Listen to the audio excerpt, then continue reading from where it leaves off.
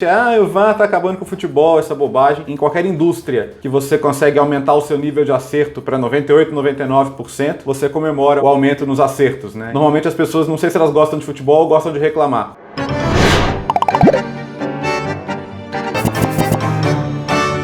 Milan de Arrigo Sacchi, bicampeão europeu 89 e 90, uma revolução dentro do futebol, marcação por zona, linha de impedimento, conceitos que seriam revolucionários para aquele momento, e foi o primeiro grande time que eu considero ter visto. Barcelona do Pep Guardiola, a última grande revolução do futebol, aquele time espetacular que ganhou 2 Champions e que amassou a concorrência. E o terceiro seria o Arsenal dos Invencíveis, né? Aquele time do Arsène Wenger que ganhou a Premier League sem perder para ninguém, um time de alta intensidade, velocidade, um contra-golpe incrível, o Henry jogando muito. Para mim, os 3 grandes times que eu vi. Bom, para mim, o time superestimado por definição é a Seleção Brasileira de 2006. Quem exalta aquele time estava dormindo durante os jogos, né? Foi um exemplo ali de falta de compromisso, de respeito, de interesse, né? E não adianta você ter um time de grandes craques, é um time lindo no pôster, mas que dentro de campo foi uma absoluta decepção. Então, acho que superestimar aquele time é um crime. Jogador superestimado, ainda no tema Copa do Mundo, eu lembro muito quando falava que o Goicoechea era um grande goleiro, né? Porque ele pegou pênalti em 90, levou a Argentina pra final, e a gente nossa, Goicoechea e tal. Era um goleiro mediano pra fraco, né? Inclusive passou pelo futebol brasileiro também, mas não tinha nada demais e durante muito tempo se falou que ele era um grande goleiro. E assim, foi apenas um jogador de Copa do Mundo entre tantos outros. Time subestimado pra mim, o Napoli do Maurizio Sarri.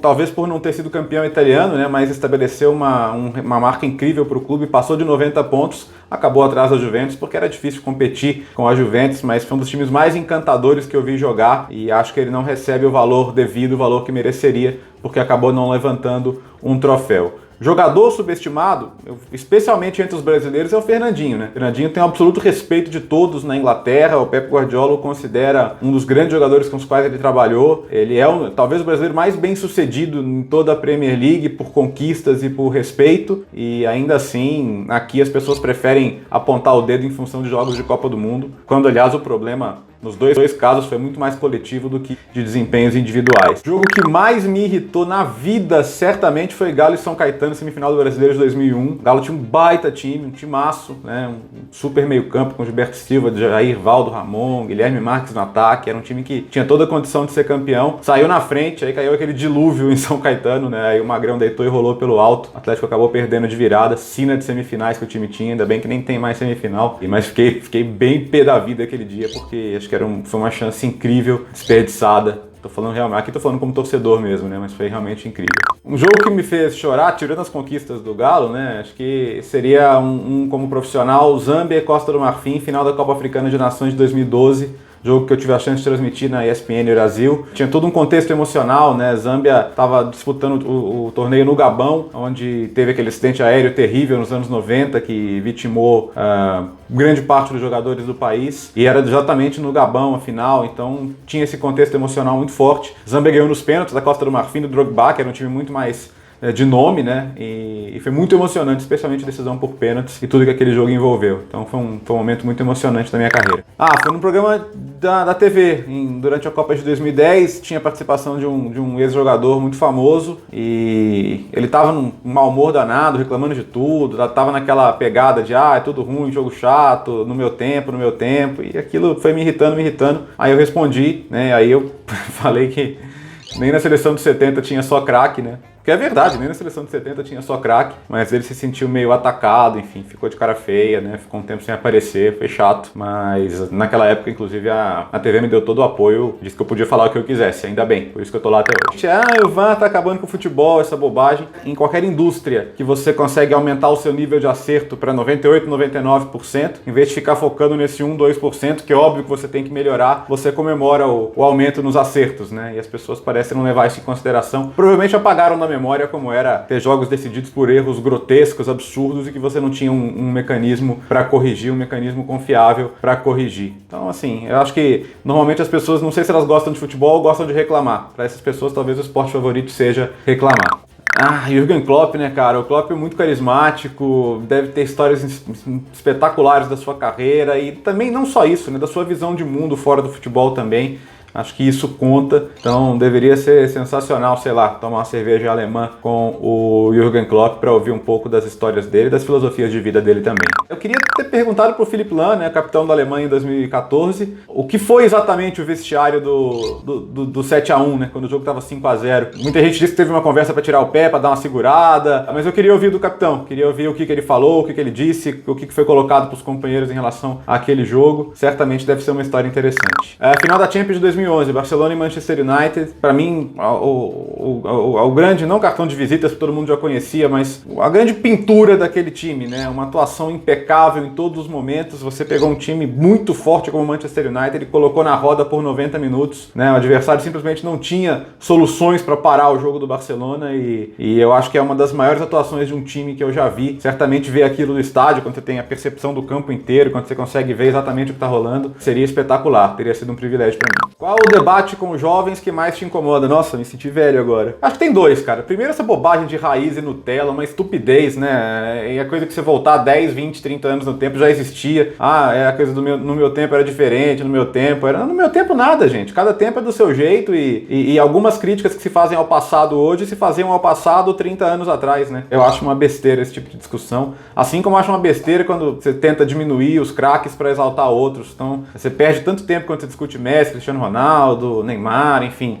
Parece que você precisa necessariamente detonar um para poder exaltar o outro. E a maravilha do futebol é poder apreciar todos os craques que a gente tem ao mesmo tempo. Para mim, Buffon, o maior de todos, pela longevidade principalmente, um cara que apareceu aos 17 anos, joga além dos 40 e quase sempre num nível impecável, podia mudar o rival, mas ele era sempre a baliza na discussão do maior goleiro do mundo. Então, Didier Buffon, também vou colocar Manuel Neuer, revolucionário em termos de jogo com os pés, não só no sentido de pegar bem na bola, né, como a gente teve o Rogério Ceni aqui, mas no sentido de posicionamento em campo, de trabalhar como um líbero, excelente. Dida, um paredão absurdo, crescia na frente dos atacantes. Peter Schmeichel, Iker Casillas, os 5 maiores goleiros que eu vi jogar. Vou de 2 daquele histórico Milan, Maldini e Baresi. O Maldini, durante boa parte da carreira como lateral esquerdo, mais pro final dela como zagueiro. Baresi é a definição do líbero na época, né, e do jogador que subia a linha, que com um gesto, com uma palavra, coordenava a movimentação dos companheiros.